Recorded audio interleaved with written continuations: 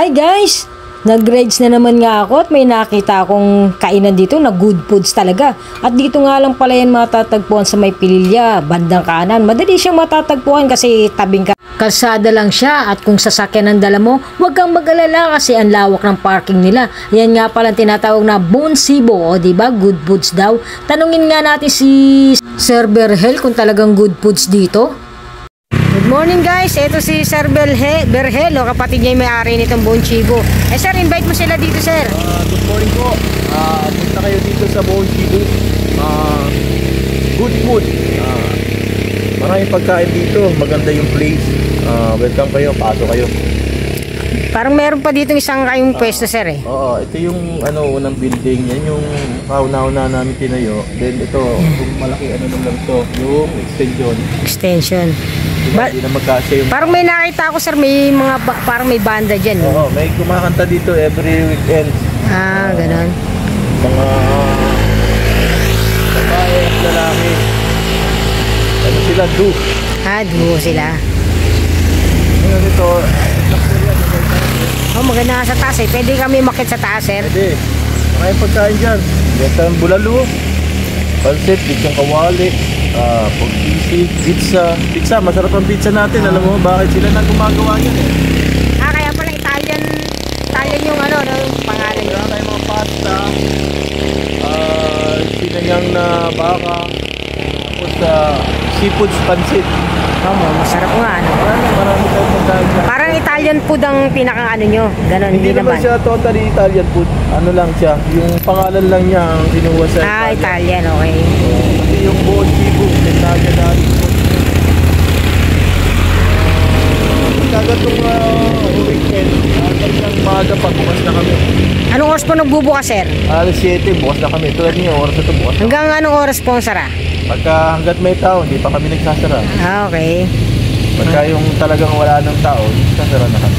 Sige, thank you, sir, ha? Okay. Kain muna kami, thank you. Kain muna kayo. Salamat din. Thank you. Tara, pasok tayo sa Bonsibo at ililibot ko kayo sa kabuuan nito. Dito yung kanilang place. Pagagabi, kakabukas lang nila kaya kami pala yung tao.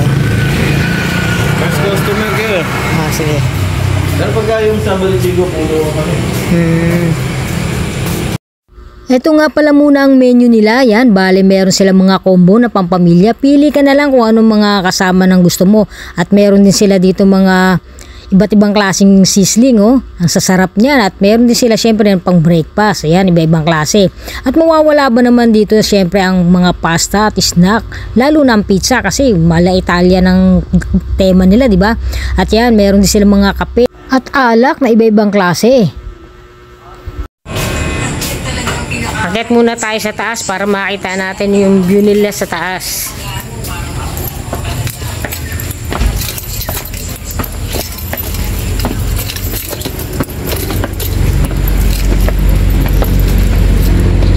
Ganda sa taas. May duyan-duyan dito. Pwesto pa dito at dito pa sa taas tayo. Ang ganda ng place nila, maaliwalas at malinis. Sa second floor pa lang, overlooking na eh. Paano pa kaya dito sa third floor? Ano kaya makikita dito? Ayun, katabing-katabi lang siya ng tagpuan. At ito yung heart na nakita ko sa video ko, kaya sinadya ko talaga siyang puntahan dahil talagang na-amaze ako. Baba na nga kami, luto na yata yung order namin. Ito ang kanilang pork sisig. Ito ang carbonara. Order ni Hazel. Pag birthday nga pala dito guys, may pring ganito. Pili ka na lang kung anong flavor ang gusto mo. Ito daw best seller nila eh. Sakto nga birthday niya. Kaya may free siya. Kain tayo guys. Thank you Lord. Sarap ng food nila guys. Sarap. Sarap, no? Ito nga pala ang event place nila na pwede mong ipa-reserve kung may okasyon ka. Punta ka lang sa page nila, sabihin mo lang sa kanila kung anong araw mo gustong ipa-reserve.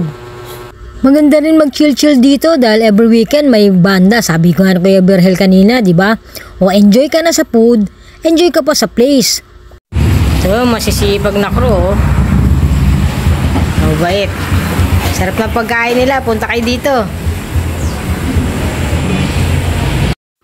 Yan, natuwi na nga kami. Talaga namang napakasarap na pagkain dito. Kaya pala sinawag na good food eh. O punta kayo dito sa Bonshibo. Sigurado mag-enjoy kayo. Thank you for watching guys. God bless!